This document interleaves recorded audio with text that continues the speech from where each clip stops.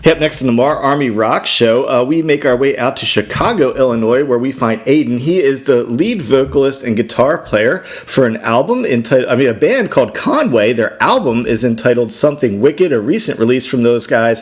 Aiden, welcome to the show. Hey, man, thanks for having me. So, hey, I'm kind of new to your band, I'll admit this, so do me a favor, give me a little bit of a history of the formation of the band. I think you're a relatively new band, but tell me how you guys came together. Well, I was in a band in college around 2015-16 called Face First, which was, it was a fun project, but we kind of realized it wasn't going anywhere. And I had actually met Riley in that band, who is our guitarist. And in 2017, I phoned him up and said, I need to record somewhere. I'm working on a project, and the recording studio that I was going to use fell through. And so he said, yeah, man, come on over. We'll record some stuff. And one thing led to another, and I just started writing with him rather than recording with him. And then, I think we released our first EP that January 2018, and we started gigging over that summer. So we haven't been gigging that long. It's only been about a year and a half. But it was just sort of chance that we found each other and started recording. And once I started writing and he started giving me his input, it was like, where have you been all my life? Like, why have I been writing without you until this point? So fast forward to 2020 and Something Wicked's coming out. So tell us about the making of that record, where that was recorded and who produced it. Well, it was actually recorded mostly in Riley's bedroom, actually. He's a fantastic engineer, and he's got this whole setup. We could have paid for a studio, but it honestly just wasn't worth it because his setup is so good. It was written over the course of probably the past year up until release. I think I started writing the first song, I think winter of last year when I was still in college. And then it just sort of kept snowballing, and I think we finished the last song, it must have been November. It was about 3 days before we sent it off to Pavement Records, which was cutting it a bit close. But it took about 8-9 months to write or something like that. Wow, so quite the adventure. What was the most challenging part of getting it done in that time? What was the biggest hurdle you guys faced? I think, honestly, we were sitting at 8 songs. And it was October, and we had about a month and a bit to finish the record, and I shut myself in my room, and I was just drawing blanks, and I was stressing out, I was worried, and then I think one day Riley came home with a bottle of vodka, and he just said, come on in and let's bring your notebook, bring your guitar, and let's just write. And then the final 2 songs came out of that, and it took us about a month. But that brief period when I had some writer's block about September, October, I was really worried that we weren't going to pass whatever the mark is for being a full album. That was pretty stressful. So I've been listening to your music today, and I'm intrigued by a couple songs, but the one I want to ask you first about is quite the little love song, I think. 6 Feet of Dirt would look great on you. Tell me a little bit about that tune. That's a song. The chorus to that song I've had in my head for years. The story goes. It's not actually written about anybody. The story goes behind that one is I used to be a big member of the DIY punk scene here, especially in high school. And then, I turned 18. My first band, Uptown Mayhem, dissolved, and we had gotten just popular enough to get hate from the real hardcore guys. So they kind of, gave me the peace out. And I went back and I started going to shows a couple years later, and I got myself ingratiated in a scene again, and I was like, wow, this is just as catty and as dramatic as high school. Why did I think this was a good idea?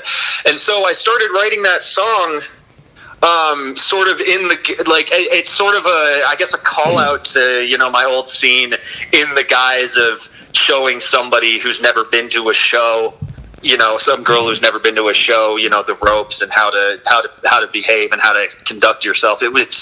It's a few layers deep, I didn't really know exactly how it was going to come out, but I think if you listen to it once or twice and really focus on the lyrics, it comes through, Now, looking through the record, and I know this is always a hard question for writers, but maybe you can answer it. Do you have a personal favorite, or one that's maybe the most personal tune to you on the record?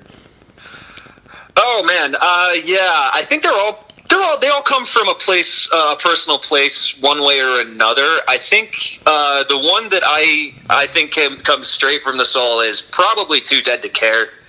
I was writing that one. That one I actually wrote when I was still in college, and I nothing had come up, nothing had happened with Pavement. It was one of the first ones I had written for the record. Nothing was happening with Pavement. We didn't think they were very interested, and I kind of wrote that song as, I'm completely screwed, but I'm going to go down laughing if I got to go down. And then luckily we pulled ourselves out of that. But it just came from a place that was so apathetic, but also really just anxious about what was going to happen. It was a weird spot to be in, and I think it came through on the song really well. Now, you may or may not be able to answer this yet, but I'll throw it out there. I did not notice a music video yet, unless I missed it. Are you planning to do a music video for this record? And are you allowed to say which one yet? Maybe you're not. We are. I think I'm allowed to say that it's one more shot. I think I'm okay with that. We'll see if I get a call from Pavement here in a couple days. But that one was actually super fun. It's probably the most lighthearted song on the record, and we basically put on a show. We told a dozen people to come down, and we filmed it on their phones and got them to send it to us, and then we just went out on the town for a bar crawl and filmed it ourselves and slapped it together, got ourselves a video. Hey man, it's a good way to do it, the economical way to do it too, so smart call on two fronts there. So as economical as we can be. The bars are pretty expensive around here, but we worked around it. That's a good point. They're a lot cheaper now, right? Unfortunately. Oh yeah, they're going to be a lot cheaper pretty soon. Hey, one more question about music, and I got a couple other things to ask you for here, is going back, I was also listening to your first EP, and first of all, lots of growth, and I mean that in a good way, from your first EP, but I was kind of curious, a song I liked on there was Bonfires. Tell me about that song. That one. I actually wrote that. I think I wrote that when I was about 16 or 17. Wow. I sat on it for a while because it wasn't appropriate for my first band, which was just, 3-chord punk. It was one of the first songs where I really tried to push myself artistically and write with a lot of metaphors and stuff like that. And I found it rooting around for Conway material because I have notebooks full of 2-3 lines here and there, and I stumbled across it, and I honestly didn't change much. I think I changed a line here or there, and then I wrote the music for it, and it just came out.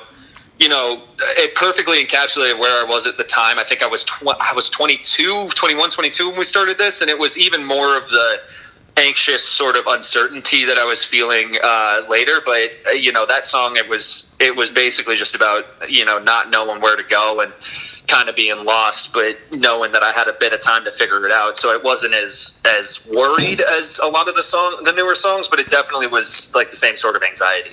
Yeah, definitely found myself drawn to that song. I don't know why. Just something about it. I hit the repeat on that. So I was listening to that today, getting ready for this. So, so I need you to explain your most recent promo photo. It's quite the little interesting hodgepodge. You got a football helmet, a baseball hat, a Cubs jersey, a basketball jersey. What's going on in that promo picture? The ideas of a couple of roommates who had a little bit too much to drink and were looking to have a little bit of fun with what we wore. I think Riley and I were sitting down one night, and we knew that we didn't want to just go out on stage in jeans, ratty jeans, and a band T-shirt like every other band in Chicago. So I was like, all right, what can we do? And, I think, somewhere in that, idea brainstorming, session, we came up with, well, what if we looked like jocks that were on heroin? I pulled out some Sharpie and an old softball jersey I had and threw it on there, and we took a couple pictures and then said, man, I guess that looks pretty good. And it's a lot of fun. We're just trying to have fun out here. So I think it came from the same place everything else did, which was little bit of booze and a little bit of creativity. Well, it made you guys stand out for sure. It did look like a fun picture. So Hey, normally I'd ask bands about gigs they have coming up, but for the most part, I'm going to guess you probably don't have much going on right now. How did this whole virus thing hit you guys? Were you in the middle of a tour or anything, or? Thankfully, no. I think we were geared towards promoting the release. We were actually looking at touring into the summer. You know, first dates were probably somewhere like June or something like that, which probably not going to happen. But I mean, it's realistic that we could get out to the summer, so we weren't too disrupted. The promo has been weird. The promo has been a bit odd to do. We can't get out there and do it in person. But we luckily didn't have to cancel many things on our schedule. We got lucky in that regard. So, how, I'm curious, I get so many bands, like, how are you planning right now? What are you guys planning to do with the rest of the year? Are you just going to sit tight and see where the dust settles, or are you going to kind of, shoot for the fall? What are you guys thinking you're going to do? I'm just curious. We're looking to tour as soon as we can. We really want to get ourselves out there and, play to as many people as we can. But, in that regard, we are playing it by ear. Currently, we're kind of sitting on our hands and doing what we can do online, trying to get people to listen to the streams and stuff like that, trying to get ourselves out there while not actually getting out there. But we're kind of we're biding our time and waiting for the first chance to get out there. So once the dust settles, I think you'll probably find us on the road. Well, man, I hope that pans out for you guys soon. I was happy to get you on the show as soon as I heard your music. I want to let folks know the record came out on April 10th. It's Something Wicked, and they are Conway out of Chicago. Aiden, where is the best place for people to go to, A, buy the record, and B, follow you guys? You can buy the record on our Facebook page. We are going to have a link for an MP3 download. We're going to have physical copies soon because of everything going on. I can't really say, but we're going to have them soon. And then if you want to just stream our songs, we're going to have the YouTube video up pretty soon. I can't really tell you when. Other than that, go to Spotify and stream it as much as you can. And they are Conway out of Chicago. Hey, Aiden, man, it's been good getting to know you. I appreciate you being on the MARR Army Rock Show, and good luck with the album as it progresses. All right, man. I really appreciate you having me on. Thanks so much.